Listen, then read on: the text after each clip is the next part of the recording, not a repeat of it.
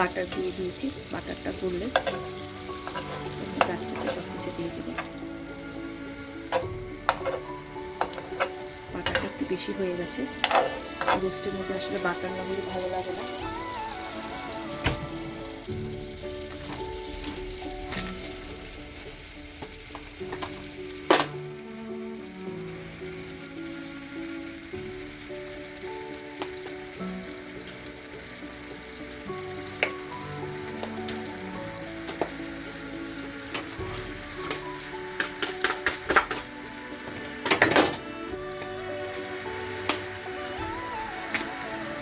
বন্ধুরা পেঁয়াজ বেরেস্তা দিয়ে দিব, রেডিমেড পেঁয়াজ বেরেস্তা।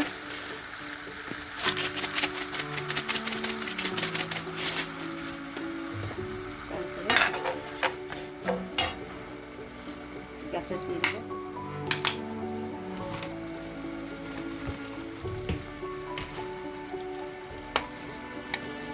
একদম সহজ উপায়ে ঝটপট কেচাপ, তারপরে বেরেস্তা, তারপরে এই যে বাটার, এগুলো দিলে খুব মজা হবে এমনিতে।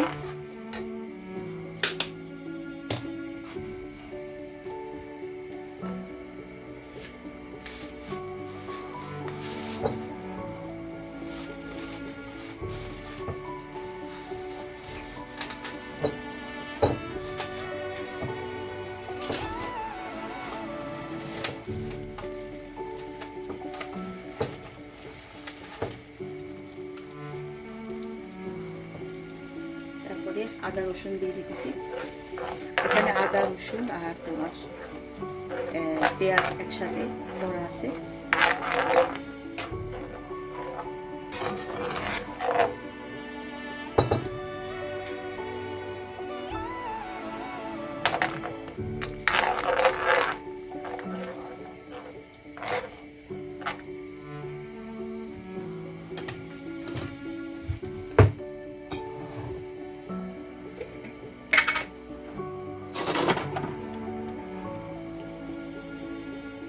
লাল মরিচের গুঁড়া, একটু ঝাল না হলে ভালো লাগে না।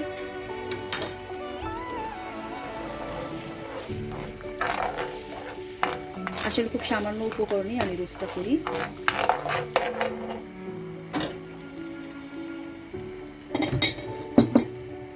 তারপরে যে ভাজা চিকেনগুলো দিয়ে দিচ্ছি। খুব দেখবা ঝটপট হয়ে যায়, কারণ চিকেনটা তোমার হলুদ, মরিচ, জিরা, তারপরে তোমার এটার মধ্যে ময়দা সব কিছু দিয়েছি, লবণ সব কিছু দিয়ে এটা সুন্দর করে এটা আমি সয়াবিন তেলে বা ভেজিটেবল অয়েল দিয়ে ভেজে নিয়েছি। বাস দেখবা কত চটজলদি এটা হয়ে যায়। আর একদম খেতে একদম বিয়ের মতন, কিন্তু রোস্টের মতন হয়। এটা খুব মজা, কারণ এখানে বাটার থাকে। আমি সবসময় এটাই করি, আমার ভালো লাগে। কিন্তু তোমার বাটার আছে এখানে, তারপরে তোমার এখানে বেরেস্তা আছে, তারপরে এখানে তোমার আরও দু একটা জিনিস দিব আমি, একটু সামান্য তোমার বাদাম বাটা দিতে পারি করে।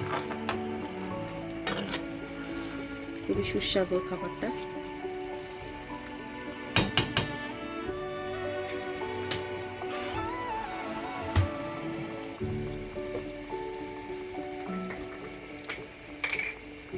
একটু ব্ল্যাক পেপার দিব।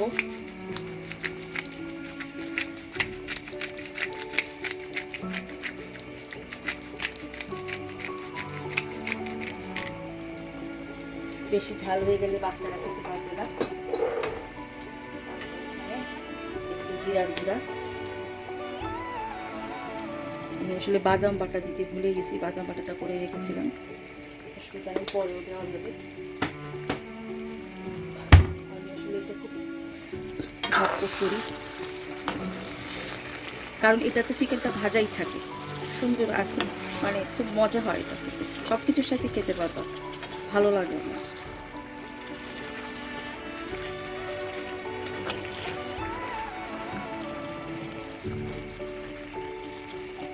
হয়েই গেছে, কেন জানো? কারণ চিকেনটা ভাজা থাকে।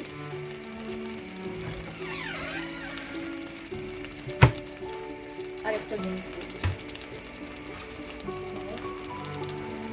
আমি আসলে কিছু নিয়েই বসি না, সব কিছু যখন যেটা মনে হয় যদি ডার্ক সয়া সস একটু দিয়ে দিই, যখন যেটা দিতে ইচ্ছা করে মনে হয় যে না এটা দিয়ে দিই হবে।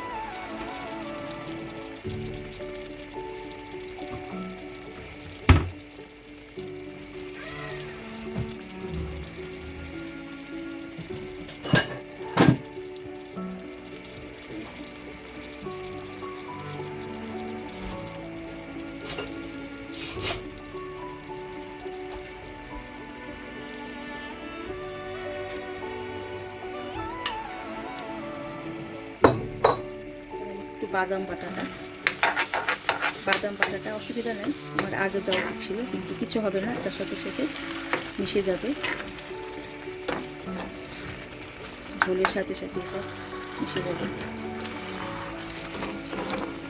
এটা শুধু মশলাটা হওয়ার জন্য, কিন্তু তোমার চিকেনটা তো হওয়া হয়ে গেছে। তারপরে যদি একটু লিকুইড দুধ দিয়ে দিই, লিকুইড দুধ দিয়ে দিই, কষাইতে হবে, না কষাইলেও হয়, এর মধ্যেই হয়ে যাবে। অনেক কিছু কিন্তু লাগে না, এই যে সামান্য একটু কি লাগলো, একটু তোমার বাটারের মধ্যে একটু বেরেস্তা দিলাম, লাল মরিচের গুঁড়া দিলাম, তারপর তোমার চীনা বাদাম একটু বাটা দিলাম, আর একটু দিলাম জিরার গুঁড়া দিলাম, একটু ব্ল্যাক পেপার দিলাম, এই তো, আর একটু টমেটো সস দিয়েছি, এই। আর গুঁড়া দুধ নাই, বা গুঁড়া দুধ থাকলে গুঁড়া দুধ দিয়ে আসো, সব কিছু দিয়ে আমাদের মধ্যবিত্ত পরিবারের পক্ষে সম্ভব হয় না। এখন আমাদের ঘরে যা আছে এটা যদি আমরা এইটা দিয়ে রান্না করে যদি আমার মানে ফ্যামিলিকে হ্যাপি করতে পারি, তাহলে কেন না, তাই না, যে না এটা দিয়েই হয়ে যায়, এটাতে আমার পরিবারের আমার বাচ্চারা, আমার স্বামী বাচ্চা এরা খেয়ে মজা পাবে, বাস ওদিন বা গেস্ট আসলো সেই আর কি।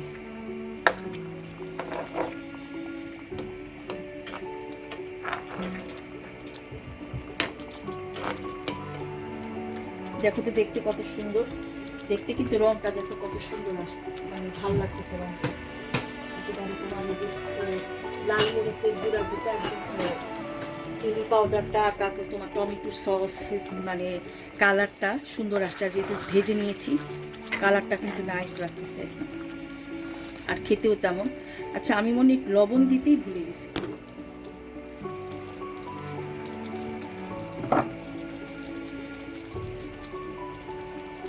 সসকে বেশি দিলাম কিনা আল্লাহ জানে, অসুবিধা নেই, আমি চিনি দিয়ে দিই। পরিবারকে ভালো কিছু দেওয়া, ভালো কিছু ইয়া করাও একটা কঠিন একটা বিষয়, যে আমি একটু চিনি দিয়ে দিলাম, চিনি দিলে কিন্তু খাবারটা টেস্ট অন্যরকম হয়ে যাবে।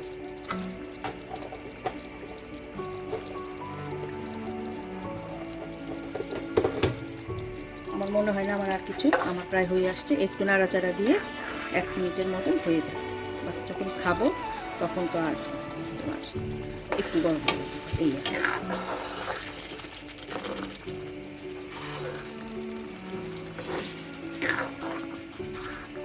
দেখো তো বন্ধুরা কত সুন্দর একটা কালার আসছে, আর কত তোমার যেটা যদি তুমি চিকেনটা ভেজে রাখো, হলুদ মরিচ জিরা, তারপর একটু ময়দা বা কর্নফ্লাওয়ারের গুঁড়া সব কিছু দিয়ে একটু ভেজে যদি নাও, কিন্তু সব রকম মশলা অল্প অল্প দিয়ে, তাহলে খাইতেই তোমার অন্যরকম লাগবে।